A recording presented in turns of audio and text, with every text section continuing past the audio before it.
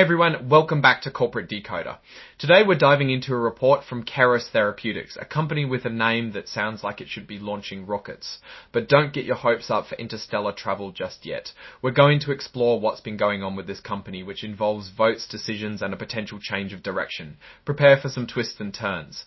If you're into getting the real story behind company reports, make sure you subscribe. We also have a Discord community in the description if you want to discuss these reports with other people.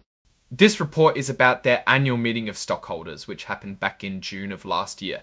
At the meeting, people who own stock in the company got to vote on some important things. Let's see what they decided. The first big decision was electing directors. These are the people who are in charge of making sure the company is run well. The stockholders voted to elect Marianne Gray, Ran Nussbaum, and Altner Seth as directors. A pretty standard procedure, but it's important to know who's steering the ship.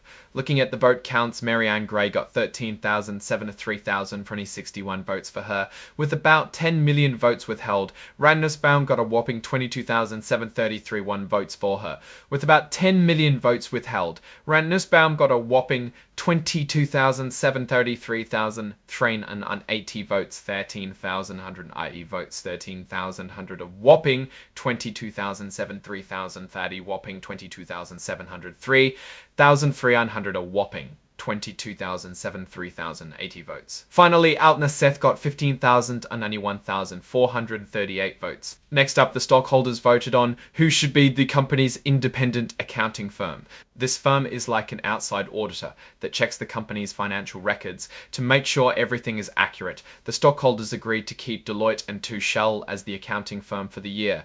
Out of the votes cast, 26,430, 6,418 were in favor. This is a pretty routine decision, but it's an important one for maintaining trust with investors.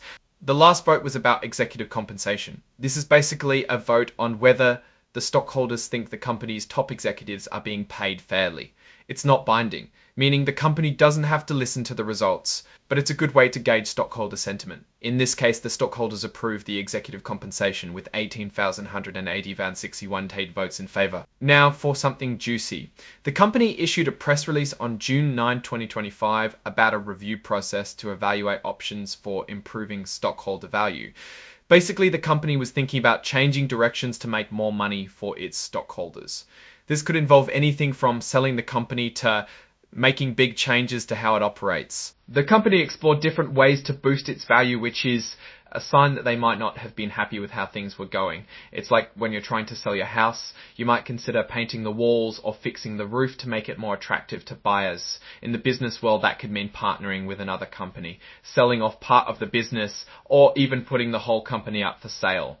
So what does all of this mean? Well, Keros Therapeutics had a routine annual meeting where they elected directors, approved their accounting firm, and got a thumbs up on executive pay. But the really interesting part is the strategic review they conducted. This suggests that the company was looking for ways to shake things up and potentially make some big changes. This kind of review usually happens when a company feels like it could be doing better and wants to explore all its options. Keros Therapeutics is trying to increase the value of the company for its stockholders so that they can receive greater return on their investment. The market and financial performance of Keros Therapeutics is not mentioned here, so we can't tell whether it would be considered a growth stock. Investors believe future revenues and profits will increase substantially, or value stock. Investors believe the stock is currently trading below its true value.